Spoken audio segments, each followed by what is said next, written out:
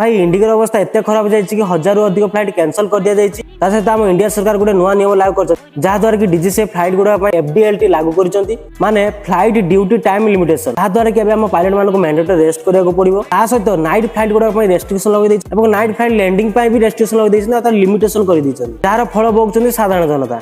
Fast तो बाहरी पारे सेकेंड फ्लाइट गुड़ा सब कैंसल कर दिया जाइए। खराब अवस्था कि जड़े बाप था पिला हाथ जोड़ी सानिटारी पैड मांगू पड़ुची।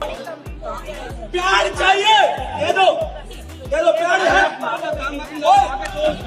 बेटी का ब्लड आ रहा है, नीचे से ब्लड आ रहा है, प्यार चाहिए। भाव जदि कहार इमरजेंसी से कौन कर सेम सिचुएशन काली आम भुवनेश्वर एयरपोर्ट भी होती जो फ्लाइट 10टा बेले टेकअप कर आज सकाल 6टा बेले टेकअप कर रातिर दृश्य भुवनेश्वर एयरपोर्ट फास्ट फ्लाइट बाहर थिला माने 10:10 रे 10:10 फ्लाइट टा फास्ट डिले है 11:10 तापर 1:10 तापर 2:55 जाके भी माने जाई पाले लोक। वीडियो टी अधिक शेयर कर दियंतु। जय श्री राम।